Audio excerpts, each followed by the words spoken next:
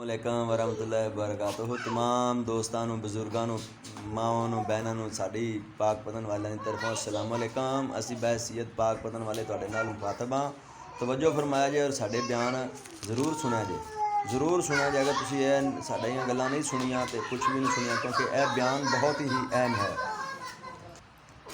تو پیارے دوستو، سب مسلمانوں کا اس وقت سب سے بڑا المیہ احتجاج ہے۔ تو اس کا عنوان جو ہے وہ ہے مسلمانوں کا سب سے بڑا المیہ احتجاج، مسلمانوں کا سب سے بڑا المیہ احتجاج۔ تو پیارے دوستو، مسلمانوں کا اس وقت سب سے بڑا المیہ یہ ہے کہ انہوں نے خود کو احتجاج، مظاہروں اور مطالبات کی نظر کر کے رکھ دیا ہے۔ جو قومیں تعمیر کیا کرتی ہیں وہ احتجاجی اور مظاہرے کے طریقے کبھی اختیار نہیں کرتیں۔ ان کا علم اور عمل دونوں تعمیری ہوتے ہیں۔ وہ اپنا نقطہ نظر ہمیشہ بھائی چارے کے روشن اصولوں کے تحت شائستگی، وقار اور علم کی زبان میں دوسروں تک پہنچاتے ہیں۔ جب کوئی قوم احتجاج کی سیاست شروع کر دے، اپنا نقطہ نظر دوسروں تک پہنچانے کے لیے مظاہروں، مطالبوں اور جلوسوں کی زبان اختیار کر لے، تو اس کے معنی یہ ہیں کہ وہ اعتماد کے بحران سے دوچار ہیں۔ زندہ قومیں اور اعلیٰ شخصیات ہمیشہ اپنے احساسات کا اظہار علم اور ہنر کی زبان میں کرتی ہیں۔ احتجاجی سیاست نے ہمیں جو سب سے بڑا نقصان پہنچایا ہے وہ یہ ہے کہ ہمارے بڑے بڑے سیاستدان ان احتجاجی مظاہروں کی وجہ سے مٹنے جا رہے ہیں۔ تو ان کی سیاست ختم ہونے جا رہی ہے اور پارٹیاں ختم ہونے جا رہی ہیں۔ تو پیارے دوستو، ملک پاکستان کو انہوں نے اور پاکستان کی عوام کو بہت نقصان پہنچایا ہے۔ تو وہ پاکستان کے وفادار نہیں ہیں، بلکہ ہم انہیں غدار کے الفاظ سے یاد کریں گے۔ پیارے دوستو، ہم بحیثیت قوم علم و ہنر سے بیگانہ ہو گئے ہیں۔ اس میں بدترین کردار ان لوگوں نے ادا کیا جن کی حیثیت مذہبی رہنماؤں کی ہے، جڑے جھوٹے دعوے دار بنے ہوئے ہیں، حالانکہ دعوے دار پاکستان دے اور پوری دنیا دے پاک پتن والے نے۔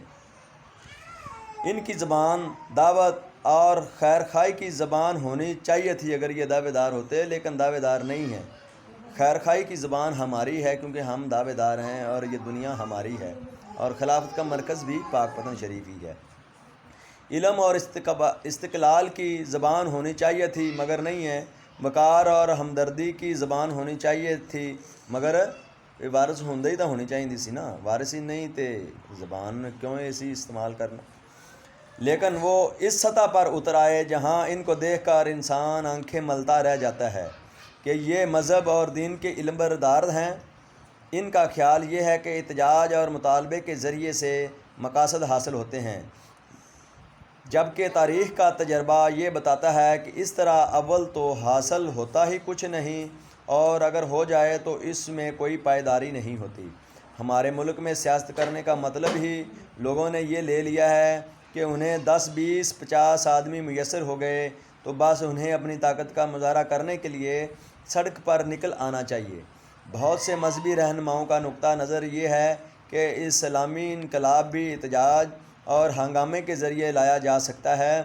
یہ اصل میں اس نفسیات کا نتیجہ ہے جو ہمارے ہاں بدقسمتی سے لوگوں کی بن گئی ہے۔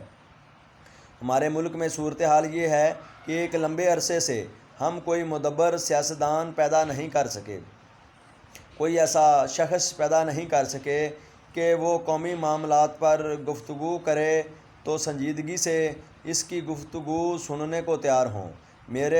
ہمارے علم کے مطابق ایک بہت بڑا سیاستدان حکمران پیدا ہو چکا ہے اور ہم انہیں شمس المشرق کا خطاب دے چکے ہیں۔ میری والدہ محترمہ سن 2002 سے اس کو شمس المشرق کا خطاب سے نواز چکی ہیں۔ وہ انشاءاللہ تعالیٰ آئے گا اور پاک پتن میں پاکستان کا نظام خلافت کو قائم کرے گا۔ تو اس احتجاجی سیاست ہم نے حکومتیں گرائی ہیں، انتشار پیدا کیا ہے، قومی مقاصد کو نقصان پہنچایا ہے، کسی سسٹم کو وجود میں آنے سے روکا ہے، قومی کردار اور سیرت کی تعمیر کا راستہ بند کیا ہے، اداروں کو تباہ کیا ہے، سنجیدہ اور باوقار لوگوں کے لیے قومی معاملات میں داخل ہونے کا راستہ روک دیا ہے۔ اب تو مجھے یوں لگتا ہے کہ ملکی دفاع اور سلامتی معاملات بھی سڑکوں پر طے ہوں گے۔ بڑی بات یہ سمجھی جاتی ہے کہ اگلے دن اخبار کے لیے کیا آپ نے بدترین قسم کا کوئی الزام دوسروں پر لگایا ہے؟ جھوٹ دے پلندے ایک جھوٹ دا چلدا چکر تے ایک مکر دی اٹھدی آندی، ایسے الزام لائے نے اور حقداراں نوں دبان دی کوشش کیتی ہے، کیونکہ اج کل وڈا او ہے سیاست دے وچ جڑا جھوٹ طوفان دا چکر ہوئے، جن دی زبان وڈی ہے او وڈا ہے اج کل، اور سچے لوگاں دی قدر نہیں رہی۔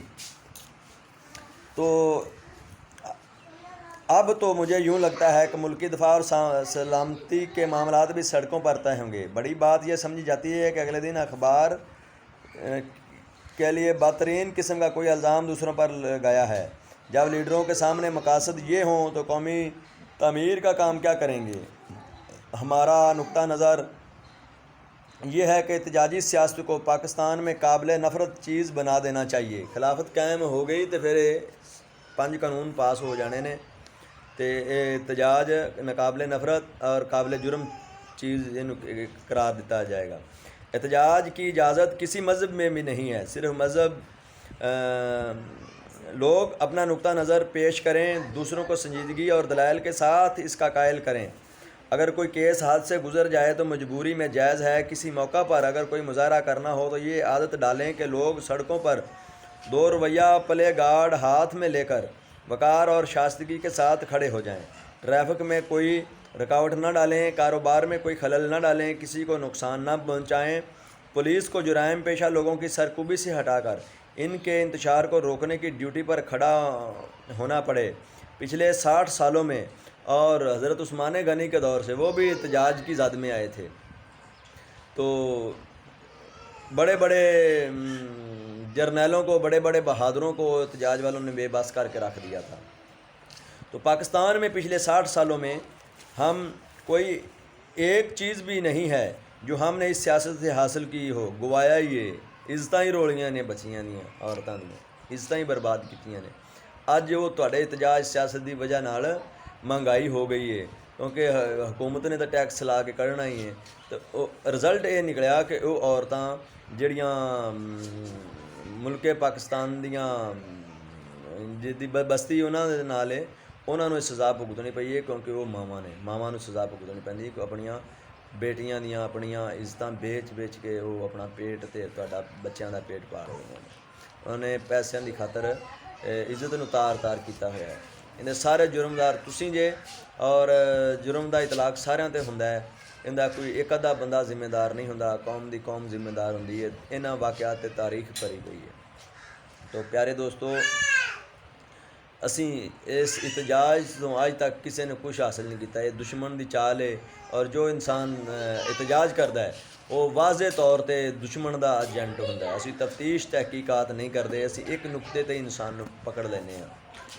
تو پیارے دوستو، وہ دشمن دا ایجنٹ ہے، اسلام نال، اللہ نال تے اللہ دے رسول نال، پاک پتن نال اور پاکستان نال اور دنیا دے نال اس انسان نوں کوئی ہمدردی نہیں جو احتجاج کردے نے اور جو ملک دے حالات خراب کرنے کی کوشش کردے نے، وہ سب تو بڑے دہشت گرد نے۔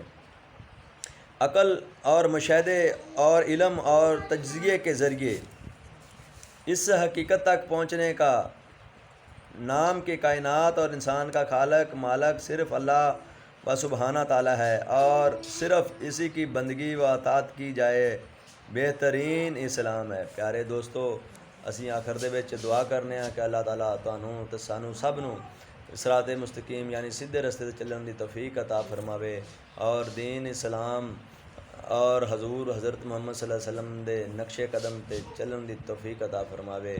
آمین ثم آمین یا رب العالمین۔